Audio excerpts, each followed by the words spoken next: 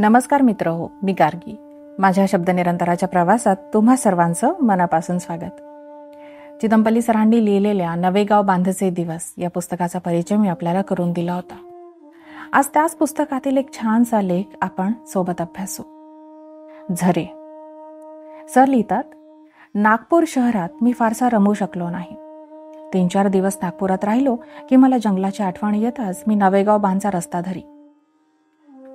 तेथून पवनीला गेलो की माधवराव पाटलांच्या वाड्यासमोर जीप उभी करून मी वाड्यामध्ये प्रवेश करी. नोव्हेंबर संपून डिसेंबर महिन्याची सुरुवात झालेली. माधवराव पाटील दर सालप्रमाणे जानेवारीत होणाऱ्या संगीत नाटकाच्या तालमी घेण्यात मग्न असत. वाड्यात आले की नृत्याच्या पावलांचा झंकार ऐकू येई. तबल्याच्या थापेबरोबर पावलांची लय बदले. पाटील पेटी वाजवीत मानेने व डोळ्याने नाचणाऱ्या मुलामुलींना मार्गदर्शन करीत. शाळेतील गुरुजी मुलामुलींकडून नाटकातील संवाद म्हणवून घेत. मला पाहताच ते पेटीवरून उठून सामोरे येत. कमरेला धोतर, अंगात शर्ट, त्यावर हिवाळा असल्यामुळे ऑलिव्ह ग्रीन कापडाची कापसानं भरलेली उनी जॅकेट. स्मित करीत ते माझं स्वागत करीत.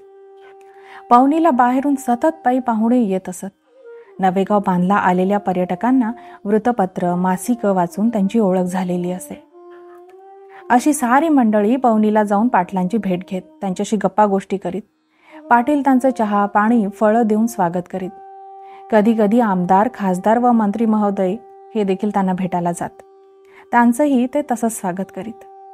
शासनाने त्यांना मानद वन्यजीव संरक्षक केल्यामुळे त्यांची उपाधी वाढली होती.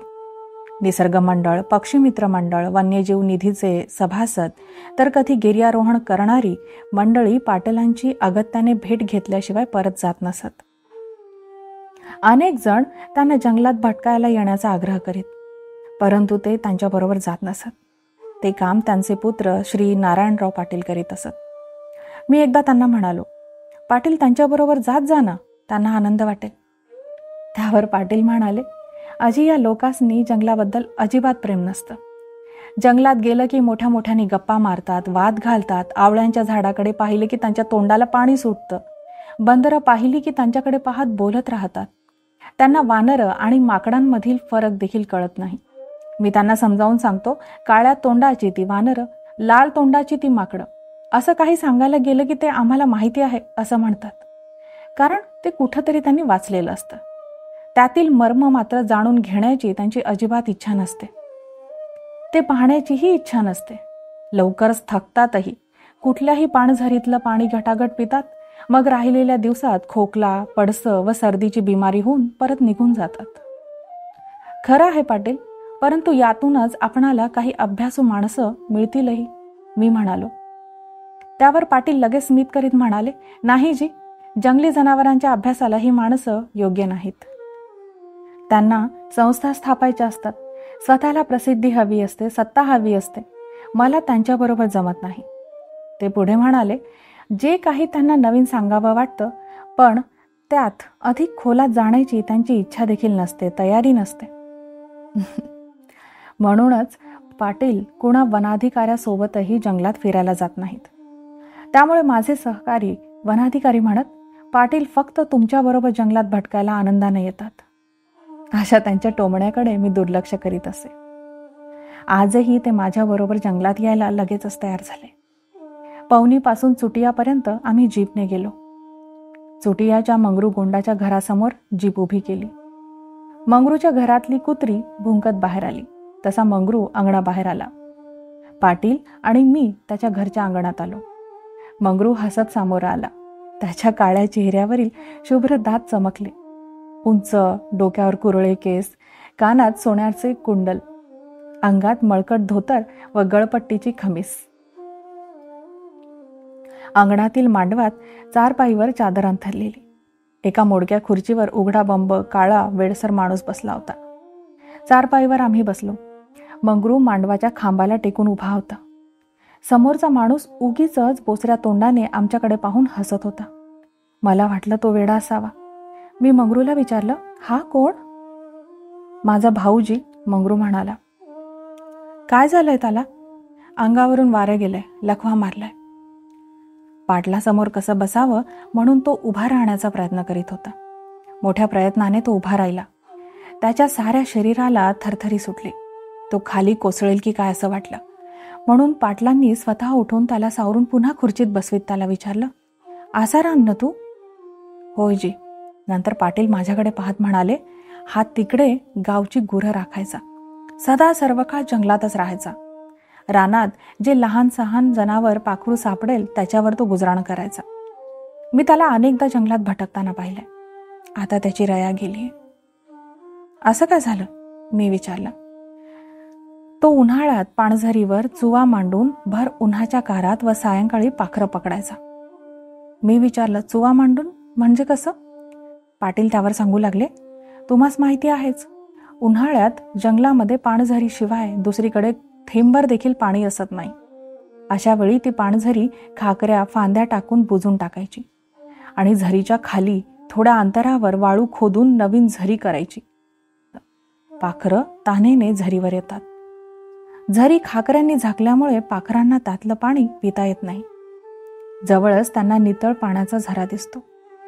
रानपाखरं तशी फार संशयी, पण तहानलेली पाखरं कशाचीही पर्वा करीत नाहीत. ते पाणी प्यायला बसतात न बसताच तो दोरी ओढली गेली की जाळी त्यांच्या अंगावर पडते. लगेचच जाऊन त्यांना धरायचं. पाखरांच्या शिकारीची ही पद्धत ऐकून मी जिज्ञासेने विचारलं, अशा चुवा मांडलेल्या पाणझरीवर कुठली कुठली पाखरं येतात? साहेब, पाणझरीवर येण्यात देखील पाखरांचा क्रम आहे. तो कसा? पंग पंग होतय तोच हरोळ्या येतात. अशा वेळी चुव्याजवळ रातीच लहान लहान खड्डे असलेले गोटे मांडून ठेवले की पहाटे दव पडतं. गोंड लोक त्याला गोट्यावरचा घाम म्हणतात. लहान लहान खड्ड्यांमध्ये दव साचतं. ते प्यायला थव्या थव्याने हरोळ्या चुव्यावर उतरतात.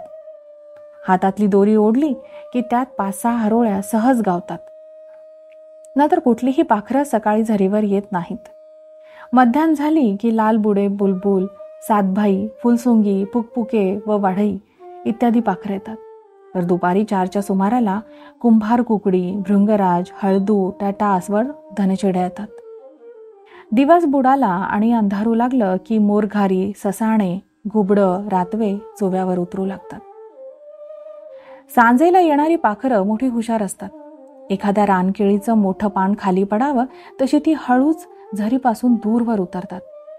बराच वेळ संशयाने इकडे तिकडे बघत असतात. मग हळूहळू पावलं टाकत पाण्याजवळ जातात. गपकन पाण्यावर उतरली, पाणी पिलं आणि गेले असं होत नाही. त्यांच्या बारीक नजरेने ते मागे पुढे आजूबाजूला मान वळून पाहत राहतील. प्रत्येक घुटक्याबरोबर सावधगिरीने दुसरा घुटका घेतील. त्या पाखरापेक्षा अधिक सावधगिरीने लपणात कसल्याही प्रकारचा आवाज न करता श्वास रोखून बसावा लागतं. असं श्वास रोखून बसल्यावर कित्येक माणसांनी लपणातच जीव सोडल्याचंही मला माहिती आहे. ते कसं?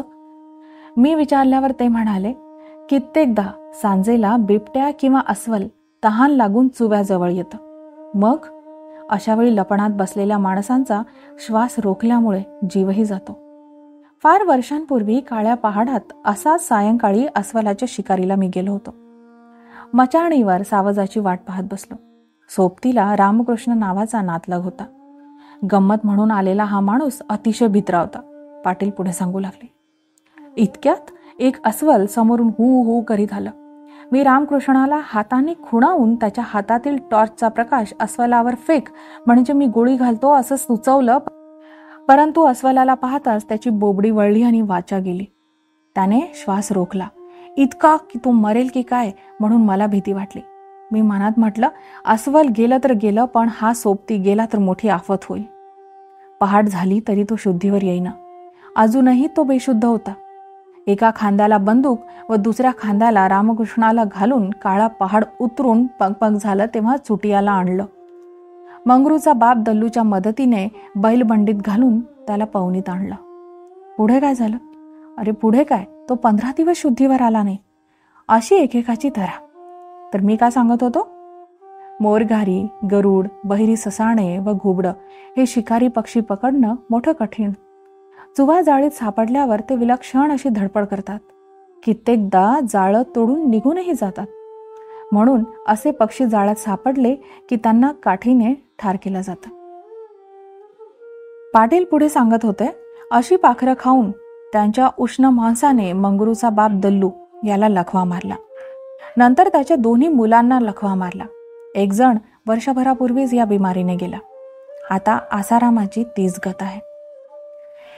मी मनात म्हणालो, निष्पाप व सुंदर पाखरांना मारल्यावर ती माणसं सुखाने जगत नसतीलच. त्यांना आयुष्यात चैन पडत नसावं. पाटील अति तळमळीने सांगत होते, तहानलेल्या जनावराला जो मारतो तो कधीही आयुष्यात सुखी राहत नाही. फार वर्षांपूर्वीची गोष्ट. नवेगाव बांधला कंताल म्हणजे दुष्काळ पडला होता. बांधातील पाणी आटून गेलं. त्यात चिखलाणी झाल्या. रानगवे पाणी प्यायला गेले तर अख्खा कळप चिखलात रुतून बसला. सुटण्यासाठी जेवढी धडपड करीत होते तेवढे ते खोल खोल जात. मेलेल्या गव्यांची शिंग तेवढी दिसायची. घारी व कावळे त्यांच्या शिंगांवर बसून मृत शरीराला चोचीने टोचे मारून लचके काढायचे. चितळ सांबर चिखलाणीत जायला घाबरू लागले. एक कोठरी तानेने इतकी व्याकुळ झाली होती की ती धावत धावत पवनी गावात आली. लोक काठ्या घेऊन तिच्या मागून धावत होते. ती वाड्यात आली. टाक्यातलं पाणी प्याली. मरण जवळ आल्यावर हरणं माणसांच्या आसऱ्याला येतात. माणसांची त्यांना भीती वाटत नाही. पाणी पिल्यावर ते हरिण जसं आलं तसं जंगलाकडे धावलं. काठ्या घेऊन पाठीमागे धावणाऱ्या माणसांना मी तंबी दिली. ते पुढे सांगत होते, साहेब, असा कधी अकाल पडला नव्हता. कधी नव्हे ती अळूला फुलं आली. सांबर, चितळ व नीलगाई तहानेने व्याकुळली. त्यांच्या फासळ्या दिसू लागल्या. झाडाला टेकून उभ्या उभ्याच ते जीव सोडतात. अशा जनावरांचे कान धरायला गेलं की त्यांचे सुकलेले कान मुळापासून हातात येतात. डोळे उघडे असतात. त्यांच्याकडे पाहणाऱ्यालाही भीती वाटे. वानर तर पाण्याला फार नाजूक. एका ठिकाणी तहानलेल्या वानरांचा कळपच्या कळप मरून पडला होता. पण अखेरच्या क्षणी देखील त्यांनी शिस्त पाळली होती. मध्ये नायक, भोवती त्याचे सोबती, माद्या व पिलं. अशी सारी एकमेकांच्या खांद्यावर हात टाकून त्यांनी जीव सोडला होता. त्या दिवसांची आठवण होऊनच यंदा अजिबात पाऊस न पडलेला पाहून पाटील चिंताक्रांत झाले. बोदराईची पाणझरी त्यांनी स्वतः अक्कल हुशारीने खोल करून त्यातील गाळ पालापाचोळा काढला. वाड्यातला पंप आणला. त्याने पाणी खेचून त्यातील झरे मोकळे केले. 4 इंची पाईपमधून पाणी धो धो वाहू लागलं. नाल्याच्या खोलगट भागात दुसरी मोठी टाकी बांधली. त्यात पाईपमधून येणारं पाणी सोडलं. अगदी सकाळी 10 पासून सायंकाळी अंधार पडेपर्यंत ते इतर गड्यांसोबत स्वतः राबत. झरी बांधून होताच त्यावर ताटऱ्यांचं त्यांनी झाकण ठेवलं होतं. दुसरी टाकी पाण्याने भरून वाहत होती. त्याकडे आनंदाने स्मित करीत पाटील म्हणाले, माझी इच्छा पूर्ण झाली. अगदी अकाल पडल्यापासून वाटत होतं की आपण ही झरी बांधून घ्यावी. नंतर काही दिवसांनी चुटिया जवळच्या बोर झरीवर पाटील काम करू लागले. ही झरी शिळेतून वाहत होती. सकाळी उठून ते वाड्यातील 2 नौकरांबरोबर झरीवर जात. छन्नीने ती झरी मोठी करीत. सकाळी पवनीहून चालतच येत. नंतर त्यांचा गडी जेवण घेऊन येत असे. दिवसभर छन्नी हातोड्यांनी त्यांचं काम चालले. ती झरी फोडायची तर नुसतंच बेलदाराचं काम नव्हतं. झरीचा ओघ पाहून त्या दिशेने छन्नी चालवावी लागे. अशा रीतीने त्यांनी पाषाणातील झरे शोधून शोधून ते एका मागून एक मोकळे केले. तेव्हा पाणझरी तुडुंब भरून उतरतीकडे वाहू लागली आणि मोठी धार लागली. छन्नीने ते काम करीत असता मी त्यांच्याबरोबर बोलत होतो. ते सांगत होते, साहेब, बोदराई, बोरझरी, कमकाझरी आणि उमरझरी या 4 झरी जर नीट बांधून काढल्या ना तर पाण्याला काहीही तोटा नाही. उन्हाळ्यात साऱ्या जंगली जनावरांना पाणी मिळेल बघा. पाटलांना प्रसिद्धी मिळून त्यांच्या वाड्यावर भेटायला येणाऱ्या पर्यटकांची गर्दी, पर्यटकांचे स्वभाव, आदिवासींच्या शिकारीच्या पद्धती, पाखरांचे मांस खाल्ल्यामुळे आरोग्यावर होणारे दुष्परिणाम, पाण्याच्या भीषण अवर्षणाविषयी त्यांनी सांगितलेली माहिती, जंगली जनावरांची पाण्याविना होणारी तडफड आणि मरण, त्यांचं निवारण करण्याकरिता मोठ्या तळमळीने स्वतःच्या खर्चाने पाणझरी बांधणारे. कारण पाटील करीत असलेली पाणझरीची कामं रोजगार पद्धतीने कधीच झाली नसती. माधवराव पाटलांबरोबर असं जंगलात भटकू लागल्यावर वनविद्येतील कितीतरी बारकावे लक्षात येत. त्यांच्याकडून शिकण्यासारखं खूप होतं. त्यांना वाटे पर्यटकांपैकी काही अभ्यासूंनी हे जंगलातील जीवन जाणून घ्यावं. उगीच शिकारीच्या भाकड कथा ऐकून त्यावर त्यांनी समाधान मानू नये. नवीन आलेल्या वनाधिकाऱ्यांनी व वन कर्मचाऱ्यांनी हे सारं डोळसपणे पाहून पाणझरीचा विकास करावा. परंतु खाणं पिणं व डोळे झाकून हिंडण्याशिवाय काहीही होत नव्हतं, ही त्यांची खरी खंत होती. मित्रो, हा डोळस लेख सर इथे संपवतात. या लेखावर मी माझं काय मत व्यक्त करणार आहे याचा मला स्वतःला अंदाज नाहीये. कारण किती सहज सोप्या शब्दांमध्ये चितमपल्ली सर माननीय पाटलांचं व्यक्तिमत्व आपल्यासमोर उभं करण्याचा प्रयत्न करत आहेत. पण ते व्यक्तिमत्व इतकं साधं सोपं नसणार ना. किती काय केलंय या माणसाने. म्हणजे पोटच्या लेकरासारखी माया करणं हा शब्द अक्षरशः फिका पडतो, इतका जीव लावलाय त्यांनी वन्य प्राण्यांना. अगदी वन्य प्राण्यांना लागणाऱ्या तहानेची काळजी इतक्या आपुलकीने. खरंच अशी माणसं दुर्मिळ असतात. या लेखामध्ये सरांनी व्यक्त केलेली खंत, पाटलांनी व्यक्त केलेली खंत फार वेगळ्या उंचीवरती आहे. म्हणजे ती जी खंत व्यक्त केल्या गेली आहे ना, तिचं उत्तर शोधणंही इतकं कठीण आहे की व्यक्तिमत्वामध्ये बदल घडवावे लागतील त्याचं उत्तर जर शोधायचं असेल तर. जंगलामध्ये तात्पुरत्या कालावधीसाठी जाऊन टंगळमंगळ करणारे लोक खूप आहेत. आपणही बऱ्याच वेळा त्या कॅटेगरीमध्ये मोडतो, त्या चौकटीमध्ये मोडतो. काही वेळा करता जंगलात जाणं, मजा करणं, आनंद घेणं. बहुतांश लोक फक्त आणि फक्त वाघ पाहण्यासाठी सफारी करत असतात. हे तर फार मोठं दुर्दैव आहे. वाघा व्यतिरिक्त जंगलाकडे बघणं याकरता दृष्टी लागते हो वेगळी. आणि ती दृष्टी उपजत असावी लागते, ती तयार करावी लागते. त्यासाठी निसर्गाविषयी आपलेपणा मनात असावा लागतो, निसर्गाविषयी प्रेम असावं लागतं, बरंच काही. आणि त्या कसोटीवर साधारण माणसांनी उतरणं अशक्य आहे. त्यासाठी पूर्वजन्माचं संचित सोबत असावं लागतं, हे मात्र नक्की. चला, तुम्हाला हा लेख कसा वाटला हे मला नक्की कळवा. आणि मला तुम्हा सर्वांची मतं मात्र ऐकायची आहेत या लेखाविषयी. कारण कुठंतरी टोचणारं, काळजाला भिडणारं या लेखामध्ये सरांनी उभं केलंय असं मला वाटतं. आता मी थांबते. आपण लवकर भेटू एखाद्या सुंदरशा लेखासोबत किंवा एखाद्या छानशा पुस्तकाच्या परिचयासोबत. तोपर्यंत आजच्या या लेखावर नक्की चिंतन करा आणि भरपूर वाचन करा. धन्यवाद.